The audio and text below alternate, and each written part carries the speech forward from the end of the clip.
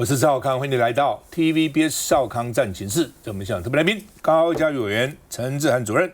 林佩强委员、李永平前副市长、林涛议员。好，美国打了13天轰炸，突然停手。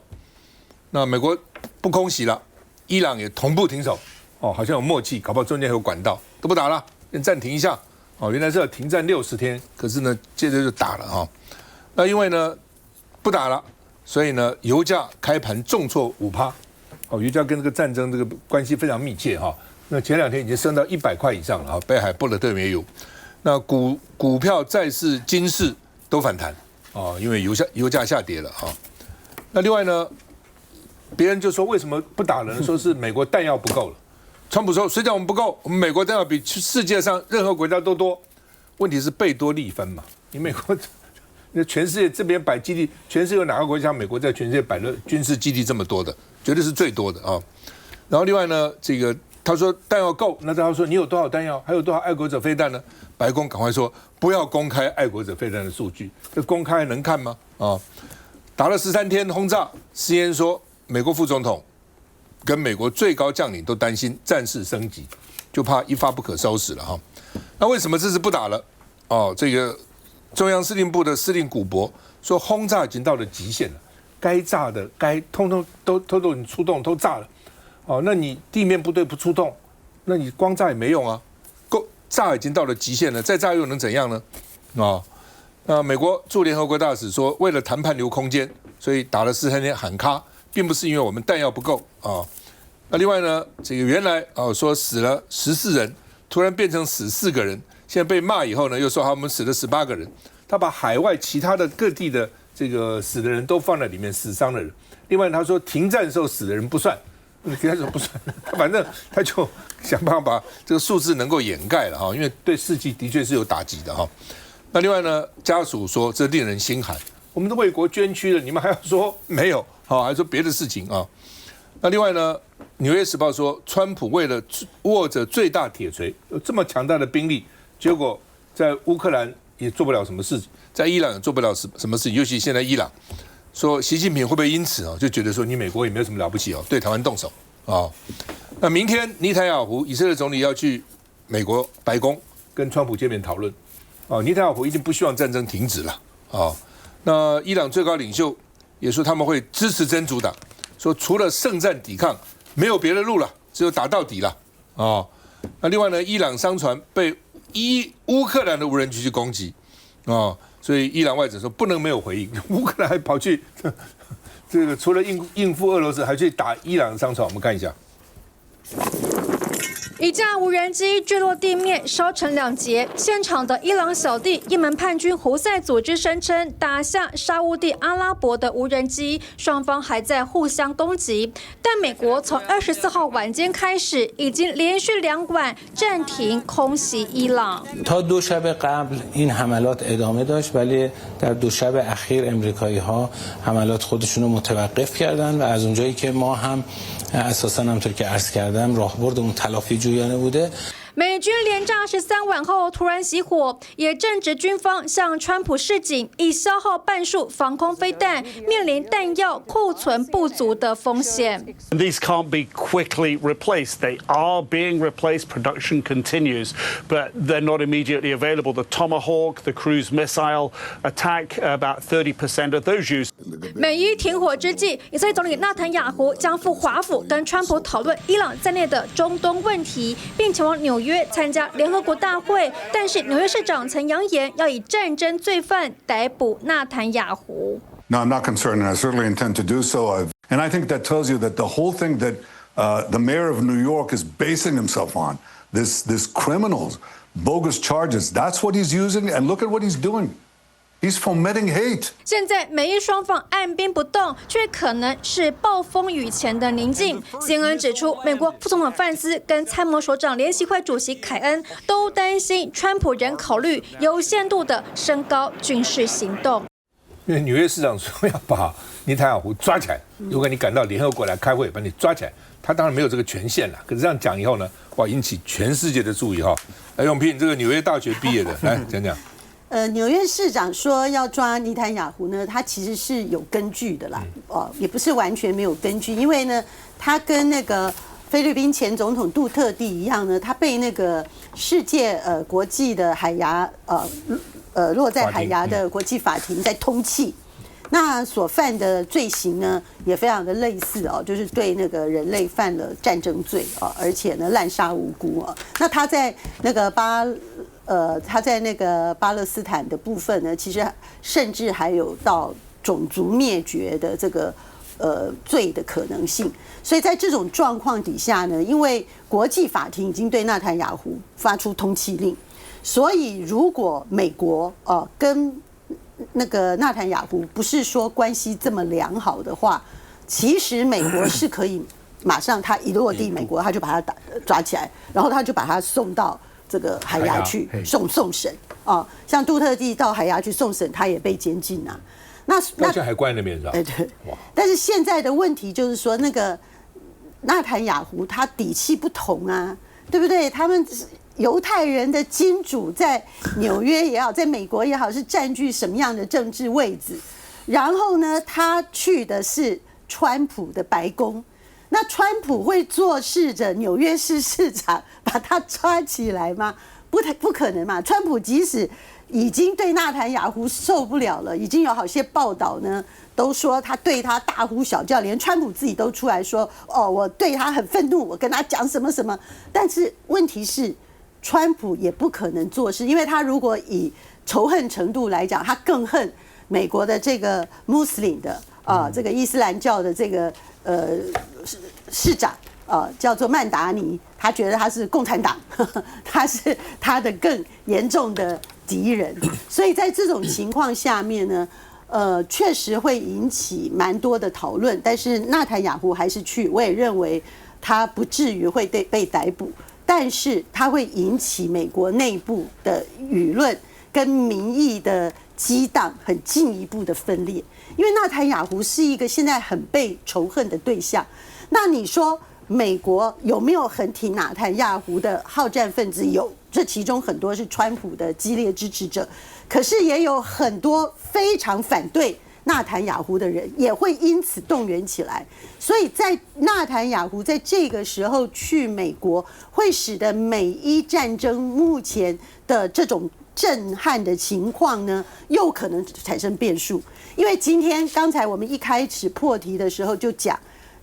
因为美军停止了3天，他从24号开始呢，他已经有24、25、26 3天，他通通都没有再继续轰炸。但他之前是连续轰炸伊朗，轰炸了13天。那为什么他不停止轰炸？哇，那媒体有很多讨论。第一个讨论当然是说，你是不是弹药不够？那当然是第二个说法也有说，就是他们自己的军方出来讲的很有道理啊。他说我们再继续轰炸没有意义啦，因为他们已经轰炸了他们的相关的生活水电设施以外，他还把桥梁都炸掉了。他如果真的继续要轰炸的话，他可能就必须被迫选择民众居住的地方，那这种也是非常严重的战争罪。最新的民调，57%的民众是反对的，认为打伊朗没有意义的，只有19%是赞成的，所以民意呢其实有相当大的这个反转哈。来，佩翔，有一句话在20世纪里面常被用，叫做 strength without constraint is weakness， 也就是说，力量如果不被控制的话，其实反而会变成一种弱点。那这句话又刚好跟中国古代有一句谚语讲得很清楚，这个大炮一响，黄金万两。所以这两个刚好连在一起的时候，就导致说我们现在看到美国实质上的困境。为什么说困境？因为战争是很需要花钱的。那当初川普是以为说可以用闪电战的方式快速解决伊朗战事，就跟他对委内瑞拉一样，结果没有。所以反而这个战事一拖下来之后，变成全世界都知道，这是最容易炸的火药库，也是最复杂的地方。那现在既然已经在这个僵局上面连续轰13天，伊朗也不屈服，那赫姆兹海峡随时都会关闭，这样对全球经济有威胁的时候，变成美国现在要决定是说我怎么样能够体面的下台，或怎么样能够至少说减少损失、减少恶意的下台。那变成在这个中间，我常常在讲，中间最关键的人其实就是纳坦雅胡，他的新锡安主义导致这次美伊战争如果说真正的罪魁祸首是纳坦雅胡也不为过。但是纳坦雅胡在另外一方面，我们都一直看美伊之间战争，以巴之间冲突也还没有断哦。到今天为止，以巴之间战事还是在打，只是说他们好像刻意暂时停火一点点，让人道救援能够进来。但是这整个状况来讲，整个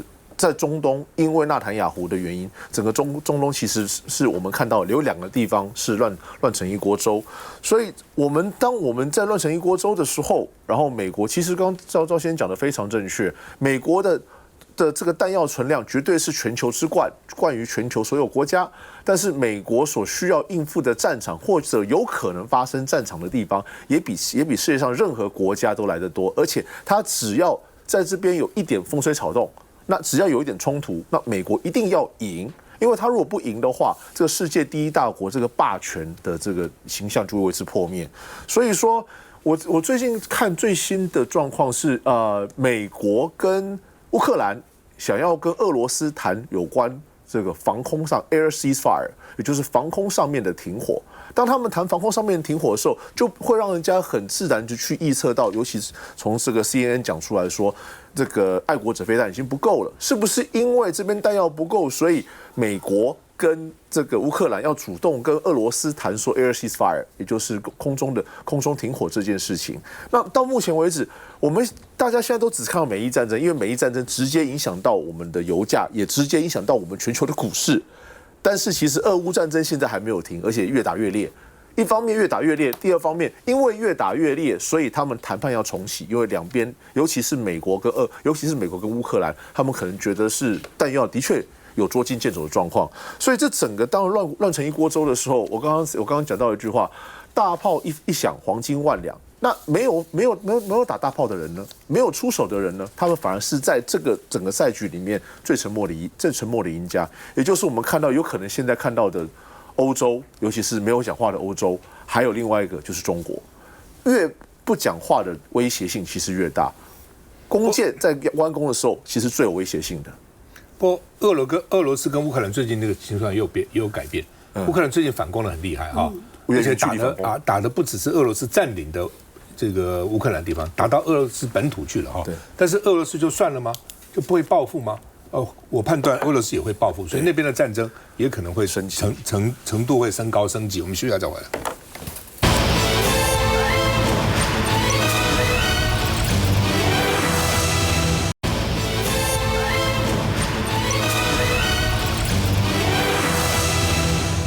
汉光演习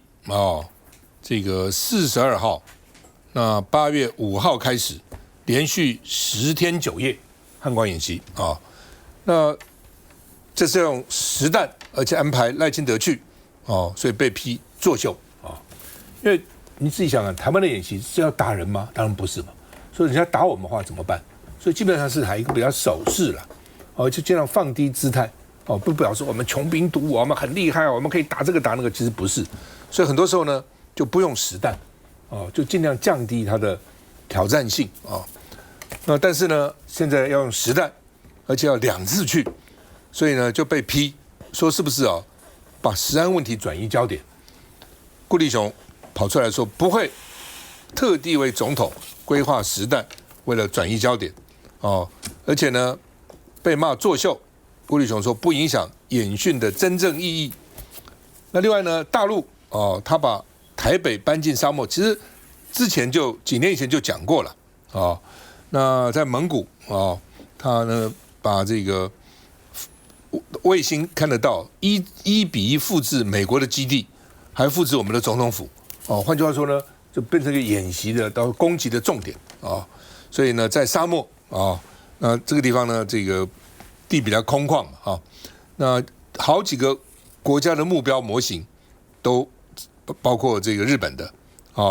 因为内蒙古有2个地方模仿台北市中心博爱特区，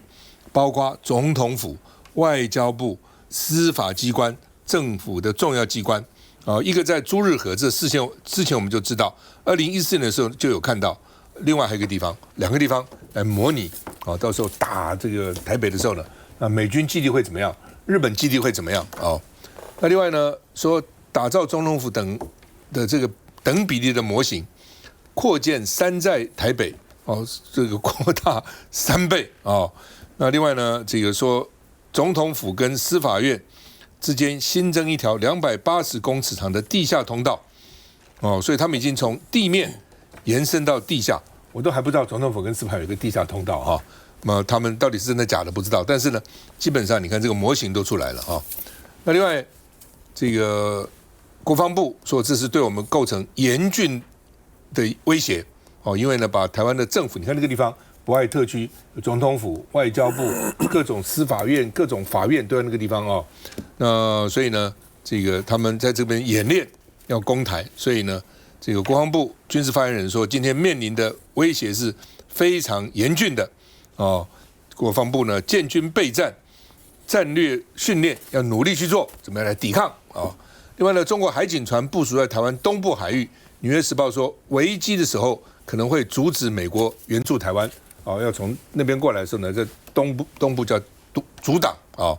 那另外呢，《纽约时报》也说，天然气的弱点是台湾最大的弱点因为呢，到时候你要运天然气来，老公阻挡你台湾的能源不够就很麻烦。我们看一下，总统的视导行程不会影响到部队的正常检训。今天我看到这个联合报相关的报道，我想相关的内容并非属实，我们也没有计划要在本岛要实施实弹的演习。那总统当然行程还在进行调整，但也不会特意为总统的视导做任何的这个所谓实弹演习的这个可能。来，嘉宇怎么看？战争是真的很花钱的。我刚刚讲这个美国的美伊战争到现在美国已经花掉了1.2兆台币，平均每天要花287亿台币。所以为什么川普他现在要鸣金收兵？因为其实美国的国会也在质疑，这样子打下去真的有意义吗？所以同样的回到台湾，我们也是面临了中国老共的威胁。那我们相关的这些演习跟这个相关的这个汉光的这些演习，本来就是寻常的日常的都有在做的事情。那过去的总统，包括小英总统啊，包括陈水扁，也都有去做视察。所以其实赖清德总统想要去视察，这个也是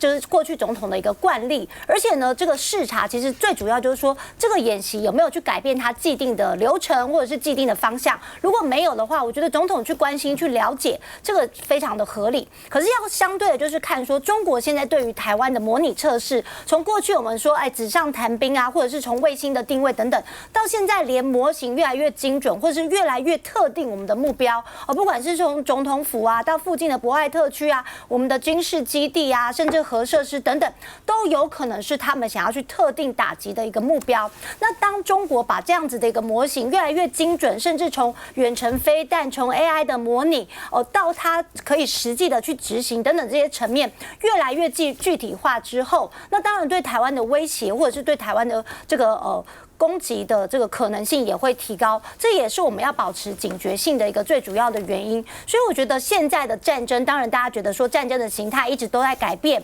我们可能现在有无人机、有 AI， 或者是有其他的一个模拟系统，但是对于台湾来讲，怎么样去应对说现在当战争形态，包括你看这个荷姆兹海峡被封锁，它可能也会去改变这个战争的这个影响。所以台湾海峡，包括我们的周遭等等，这些都是未来我们面对中国，它可能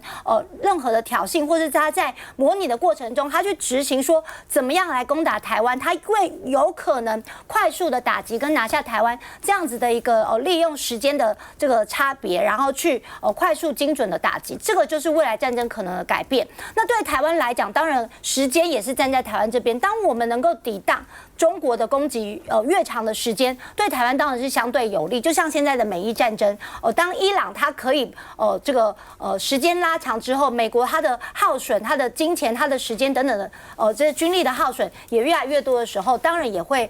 开始去朝向其他的方式。所以这也是对台湾来讲，从这些战争的形态的改变，必须要去思考我们怎么样去精进的最主要的原因。明涛。国际的局势跟台海其实是紧密连结。你看一下现在整个的美伊战争，路透社7月的民调是37%是见低，然后整个的 Republican 里面针对这个要持续的打这场战争，其实也是相去不远。现在看起来是纳坦雅胡在推着走，可是现在对川普很尴尬，为什么？军力大幅的消耗，加上他不能承认他这一次的战争行为是失败的，所以他陷入一个很尴尬的窘境。可是你看到现在美伊签的第14点里面的第5点，要交给阿曼跟这个伊朗去谈荷姆兹海峡，结果他们现在想收费，那不就美国整场美伊战争就白打了呢？所以他也不可能就此收手。那可是你看到这个过程中，只能连打带停再大打。为什么？因为现在看起来，连白宫都警告媒体说，不要再报道美国的军力下降，而这会造成我们的国家安全，那岂不就是很尴尬了吗？因为他把美国现在的弹药已经下降到一半，这事情揭露，其实美国白宫也是会紧张的。第二个呢，驻联合国的大使美国这个 Mike Watts 他也直接讲了，当时候对于这个胡塞跟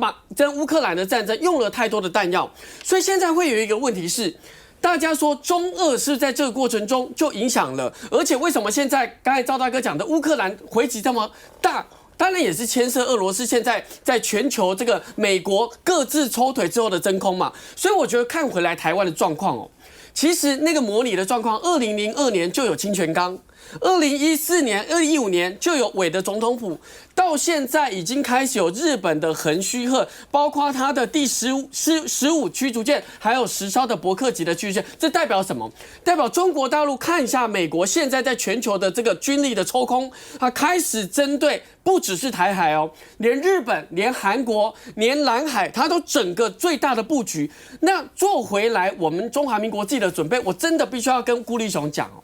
你2024年讲说我们本岛不会有实弹演习，就现在整个毒油事件的扩散，你在8月5号19天的汉光第42号演习，就传出为了赖清德要转移焦点，开始在台中的甲南要海马式要雷霆2000的火箭来试射。那你现在被披露之后又说没有，我们要试射，那到底什么是真的？如果一个国防部部长在设定中华民国的战略跟演习可以这么的儿戏的话，大家怎么相信你？所以我必须讲一件事情，蓝白在立法院支持了国防特别条例，也支持了无人机的条例，无人机的常规预算，现在就看你赖总统，今天刚好是大罢免1周年的隔天。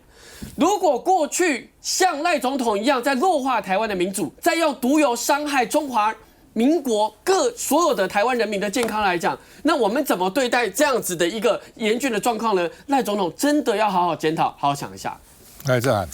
民进党永远都是在用天灾人祸来威胁台湾的人民哦。我们看到前几天这个725大家上街头的时候，就卓荣泰说什么，比起食安哈，现在这个人民上街头，他更关心的是海上警报发布了。那这个还远在这个不知道几千海里外头的这个台风，会不会对台湾构成影响不知道，但食安已经构成了对人民的巨大威胁。但是呢，他蒙着眼睛不管，然后甚至呢把这个事情诋毁为说是这个一场闹剧。那我们又有看到呢，现在全民在追食安的时候，顾立雄他又抛出来了这个实弹演练的这样的议题。但是我们要回过头来说，那请问一下，过去的这1-2年来，赖清德总统他上任之后，难道这个老共的威胁从今天才发生吗？他一直都在存在着这个的状况。像是2025年，就去年的时候，日本的电视台就揭露说，其实呢，这个中共就有模拟出一个这个我们的特区的一个状况，包含街道都很拟真，然后呢就说呢，我们可能会瘫痪掉这个行政的功能。而我们的国安团队在做什么呢？他们在搞大罢免啊！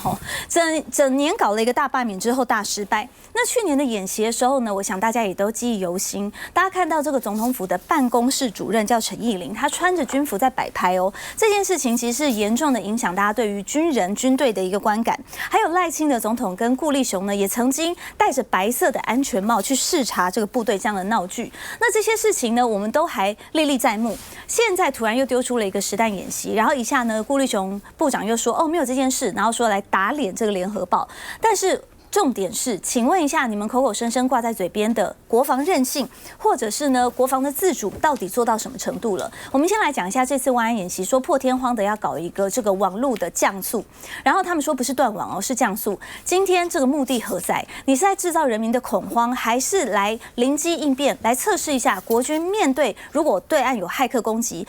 到我们的不管是电缆，或者是网络设施，或者是中断了所有通讯的时候，你要多快可以把整个系统完全恢复起来？应该要做的是这个吧？就是你反而在这个提升人民的这个危机感，或者是说你在造成大家的这个恐慌，这件事情是非常不妥的。那最后一个就是现在呢，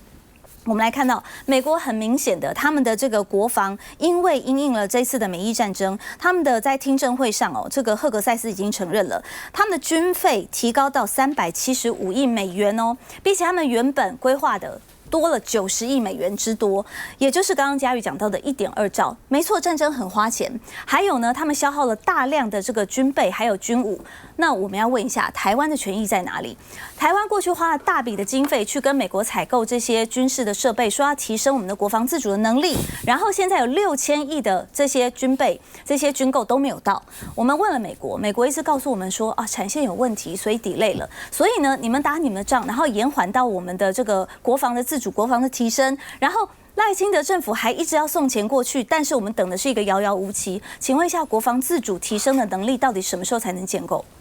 在这个李登辉、陈水扁、马英九当总统那些时候，他们不是每次汉光演习都去的，经常是不去，是故意不去的。为什么故意不去？就演习是不得已嘛，是我们怕人家打我们，不是我们要挑衅啊，我们是军国主义，不是的。所以很多时候，它是一种姿态的一种态度的一个展现，甚至很多时候也不是实弹，表示我们真的是不希望战争，我们真希望台海和平，那是一个态度的展现，那是一个从某个角度看那当然也根据情况不同，有的时候呢，比如劳工非常紧张的时候，那我们姿态就非常低，甚至延期，汉光一直延，目的就是说我们其实不想打仗的，我们希望和平的。休息一下再回来。